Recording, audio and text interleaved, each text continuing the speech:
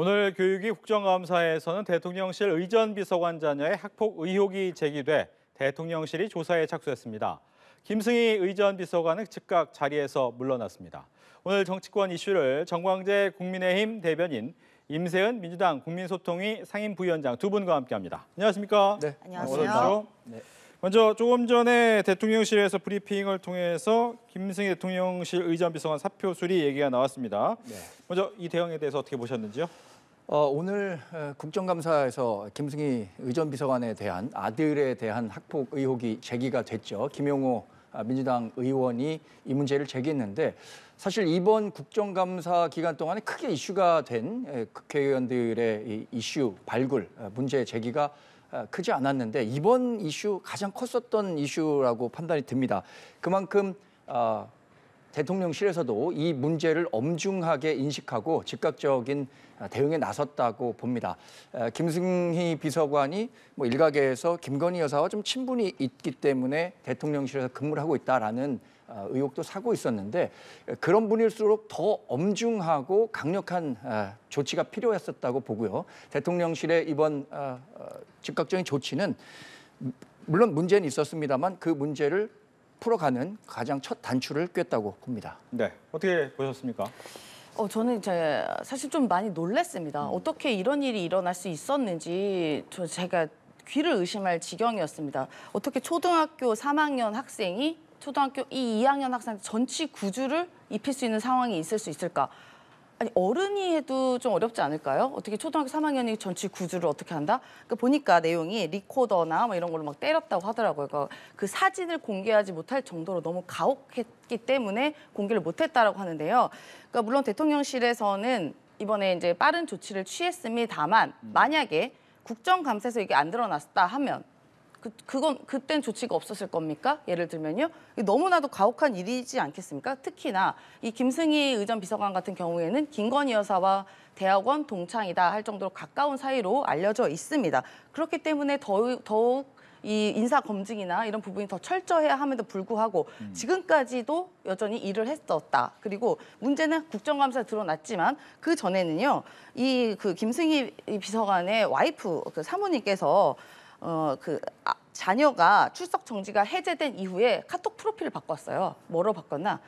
그러니까 김건희 여사의 최측근인 김승희 비서관이 이제 임명이 됐다라는 걸 카톡 프로필을 바꿉니다. 이거는요, 사실 협박 아닙니까? 어떻게 보면요. 저는 그렇게까지 판단이 안 되거든요. 이제 와서 이제 조치를 취한다? 이거는요, 그냥 이미 다 사건이 끝난 이후에 하는 그러니까 우리가 전쟁이 끝나고 나서 한 일밖에 저는 생각이 안 되고요. 너무나도 심각한 상황이라서 네. 매우 반성이 요구된다라고 생각됩니다. 네. 저도 진영 논리와 상관없이 굉장히 잘못된 일이죠. 김승희 비서관의 이 딸이 이제 초등학교 3학년밖에 되진 않았다고 하고 피해 학생도 한 학년 어린 학생이라고 하는데 이 문제의 심각성에 대해서 충분히 인식하고 있고 이 문제를 인식하는 순간 바로 대통령실이 대응에 나섰다는 점에 대해서는 대통령실로서는 최선의 선택이었고 또 피해 학생과 가해 학생 이런 부분들 아직 자라난 학생들이잖아요. 상처를 보듬을 수 있는 첫 단추를 꿰는 과정이었다라고 보시면 좋을 것 같습니다. 저는 한 가지 또 말씀드리고 싶은 게요. 이제 그러니까 대통령실에서는 이번에 이제 강서구청장 선거로 인해서 여러 가지 이제 심판을 받았다고 이제 보잖아요. 그리고 지지율도 많이 떨어졌고 그렇기 때문에 한 조치라고 전 보여지고요. 왜냐하면요. 그동안에 학폭 문제가 없었던 것이 아닙니다. 정순신 전 우리 변호사께서 계시고 또 특히나 이동관 우리 위원장 계시지 않겠습니까? 너무나도 많은 그 증빙과 이렇게 증언들이 있었는데도 불구하고 임명 방해하셨습니다. 근데 이제 이게 드러나니까 딱 엄중하게 한다? 저는 이것도 앞뒤가 좀 안 맞는다고 생각합니다. 알겠습니다. 이제 카타르 순방하는데 이제 의전비서관 자리 비는 부분에 네. 대해서도 고민은 해야 될 것 같아요. 일단 빠지긴 했지만 중요한 행사인데도 그러면 대체하는 사람은 있겠죠? 사실 뭐 대통령실은 시스템으로 움직이고 한 사람이 빠졌다고 해서 뭐 전체 행사에 차질이 발생하거나 그런 곳은 아닙니다. 충분히 의전장이 그 역할을 할 수 있고요. 이번에 윤석열 대통령이 사우디 방문해서 카타르 국빈 방문을 하게 됐죠. 여러 가지 경제 성과들을 많이 가져올 것으로 기대가 되고 있는데 네. 이 김승희 의전 비서관 문제가 이 순방 자체의 성과를 좀 훼손시키는 그런 일이 없도록 하기 위해서 이런 빠른 조치를 내렸다고 생각하고요.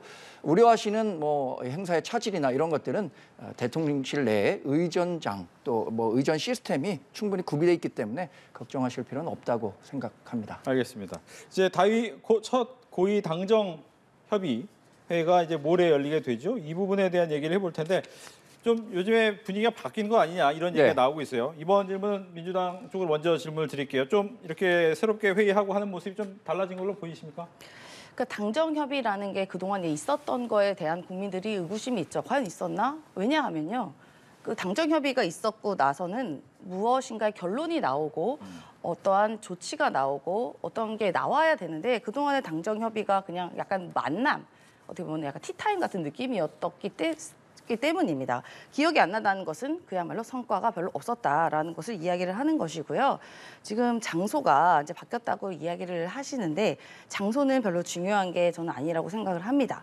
왜냐하면 얼마만큼 성과가 나오는 게 가장 중요하기 때문인데요. 이번에 이제 경제 대응이나 에너지 대책 등을 논의를 한다고 하더라고요.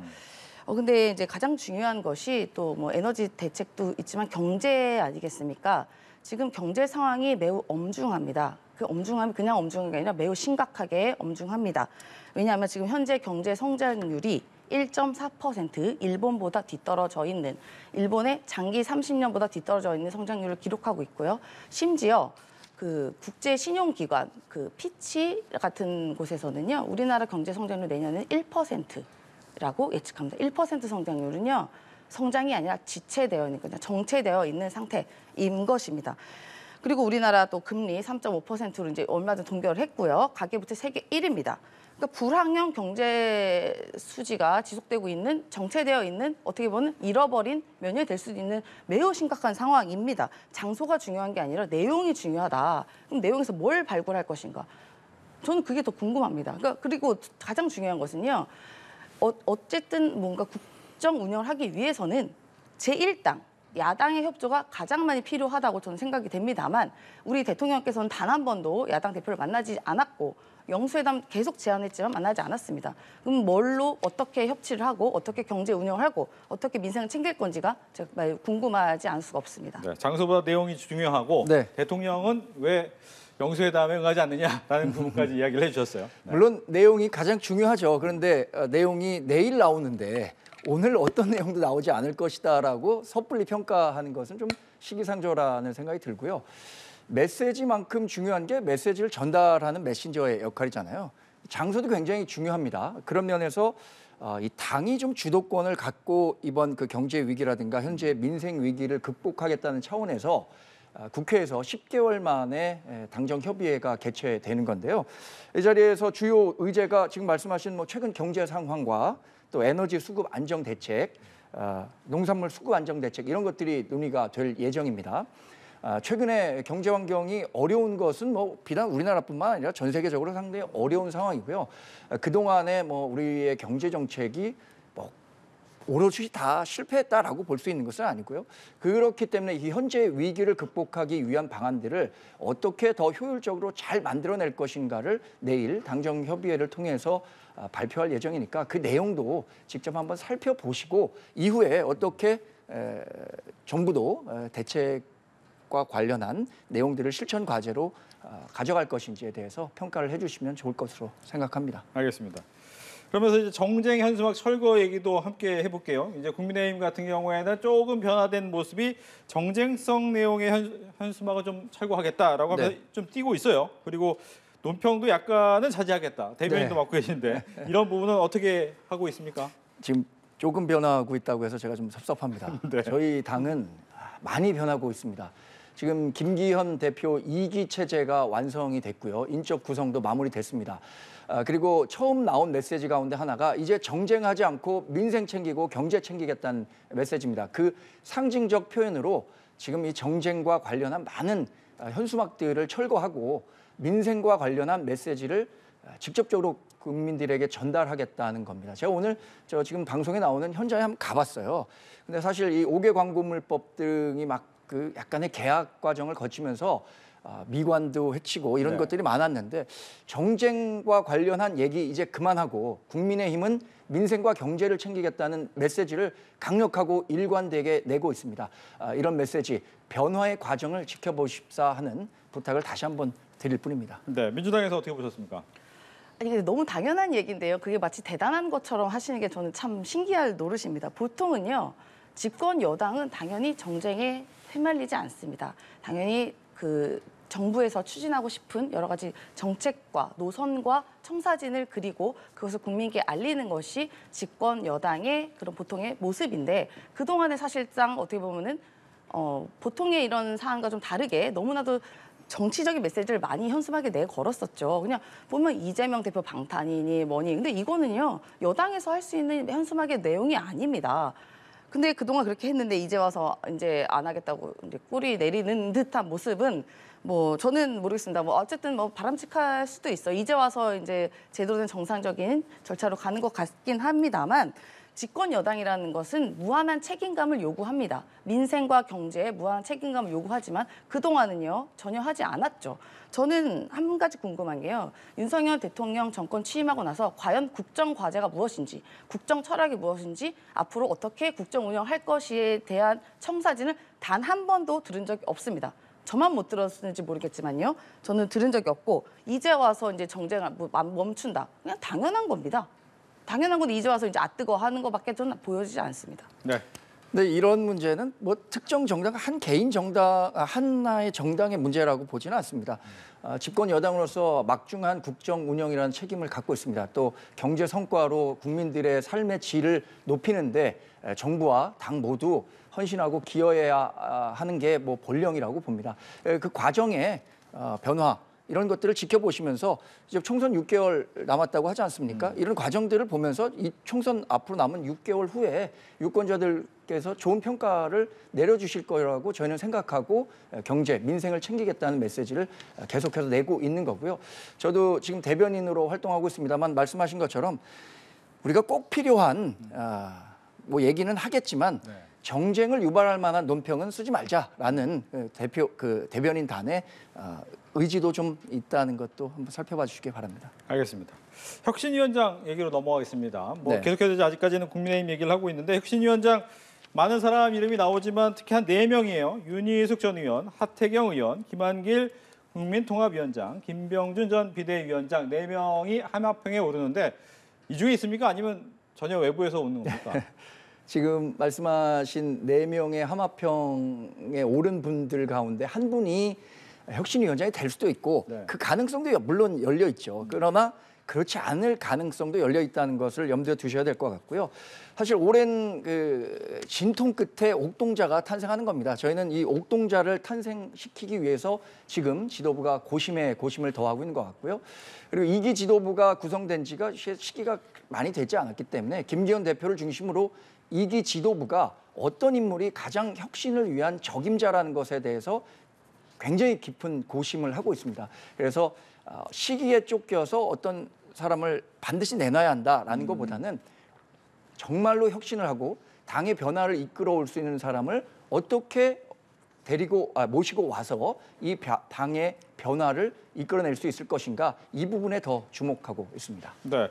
민주당에서 보시기에 아까 그 여러 명의 하마평에 오른 인물들은 어떻게 보셨습니까? 그 이분들 말고도요. 지금 또 뭐 전원책 변호사라던가 이렇게 여러분이 이렇게 하마평에 올라 계시더라고요.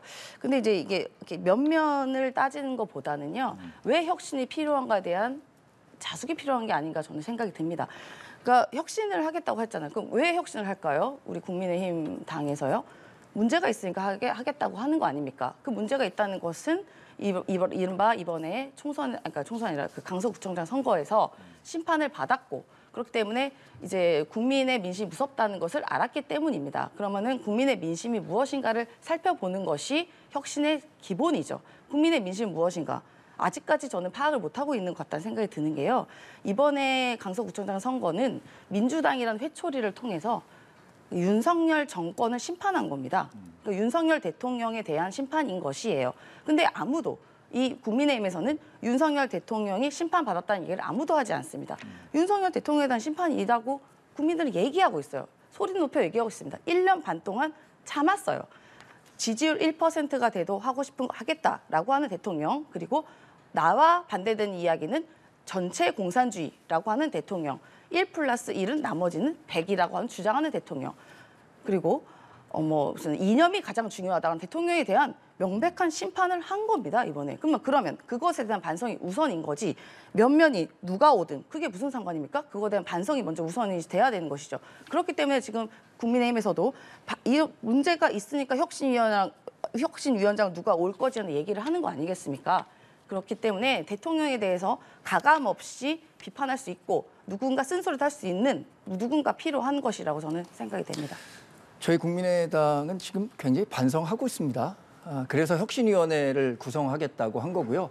혁신위원회를 구성해서 지금껏 우리가 충분히 반영하지 못했던 민심, 또 민심의 따가운 회초리를 맞은 후에 대통령도 지금 그런 지적이 있기 때문에 윤석열 대통령도 직접 반성하고 현장 챙기고 민생 챙기겠다라고 말했던 것 아니겠습니까?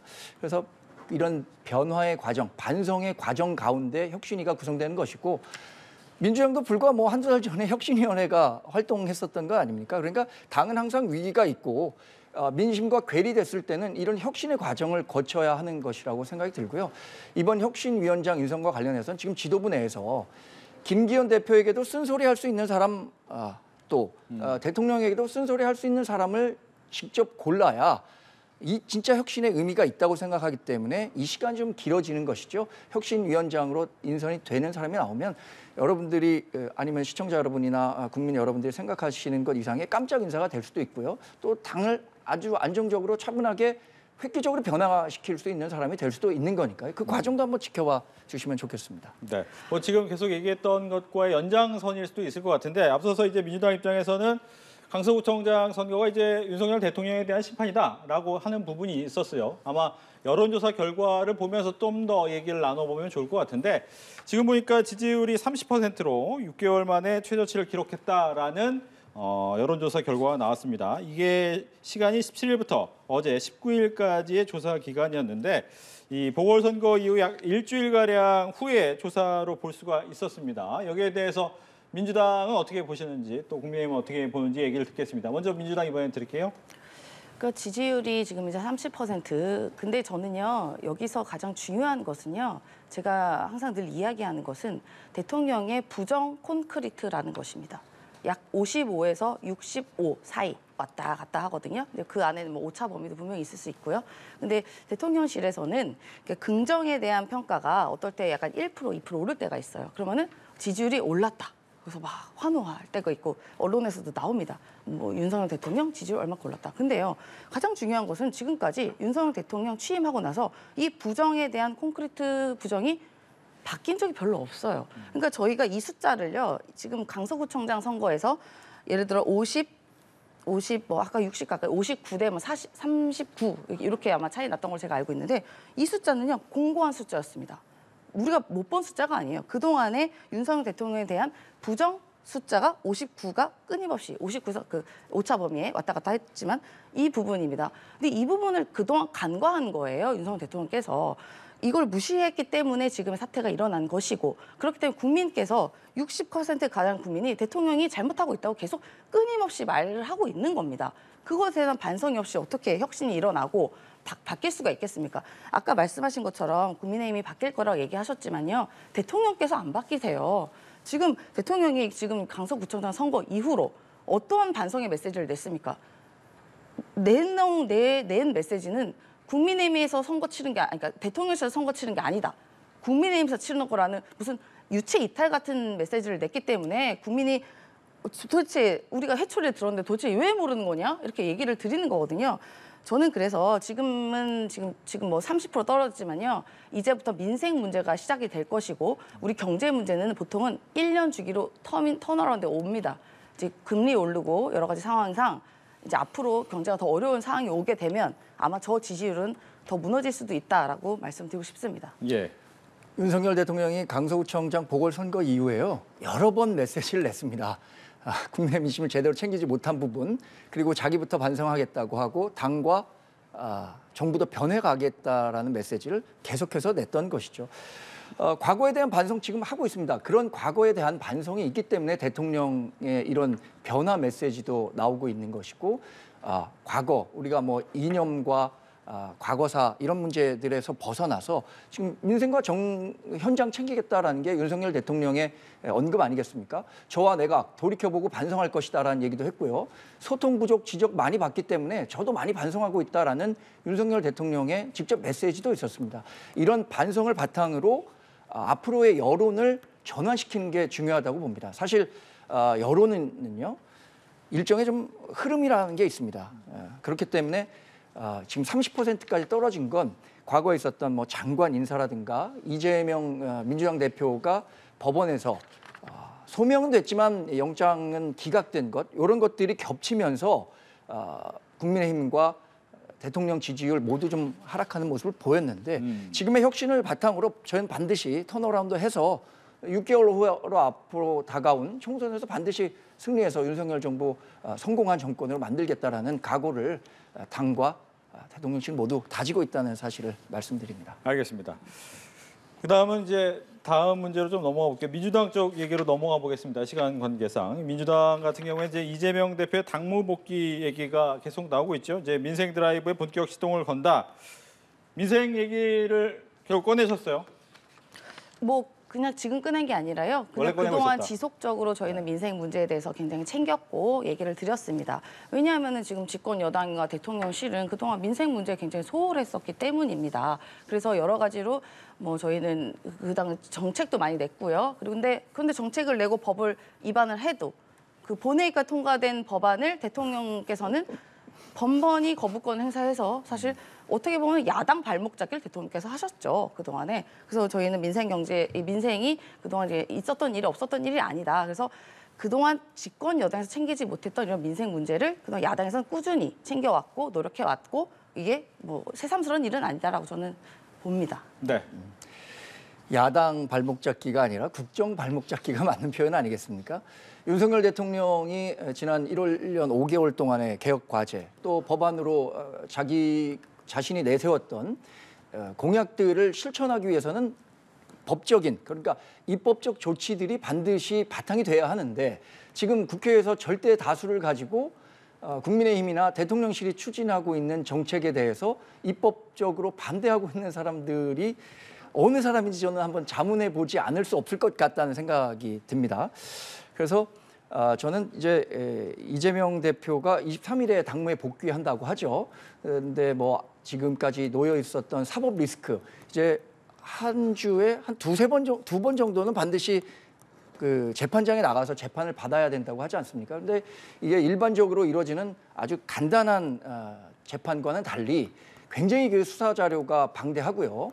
검찰과 변호인단의 공방이 치열하기 때문에 거의 하루 종일 재판에 임해야 되는 상황이 펼쳐지고 있습니다. 그게 바로 이재명 대표와 민주당이 가진 사법 리스크죠.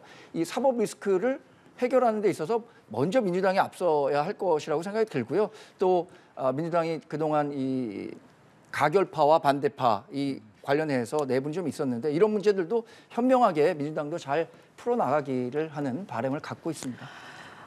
근데 저 국정 발목잡기 얘기를 하셨는데, 제가 이제 그러니까 어떻게 보면 약간 반대급부로 야당 발목잡기라고 말씀드린 이유는, 법안이 올라가는데 지금 번번이 거부권 행사하시고 계셨잖아요. 양곡관리법부터 해서 간호사법 그거는 등등에 현 정부가 대해서 추진하고 있는 하고 국정 과제와 계셨는데, 철학이 맞지 않기 왜? 때문에 당연히 대통령으로서 법률과 헌법이 가진 권한 내에서 행사한 거라고 이해하시면 되겠습니다. 아니요. 대통령께서요, 간호사법에 대해서도 예전에 그 후보 시절에 간호사법에 대해서 찬성한다고 말씀하신 적이 있어요.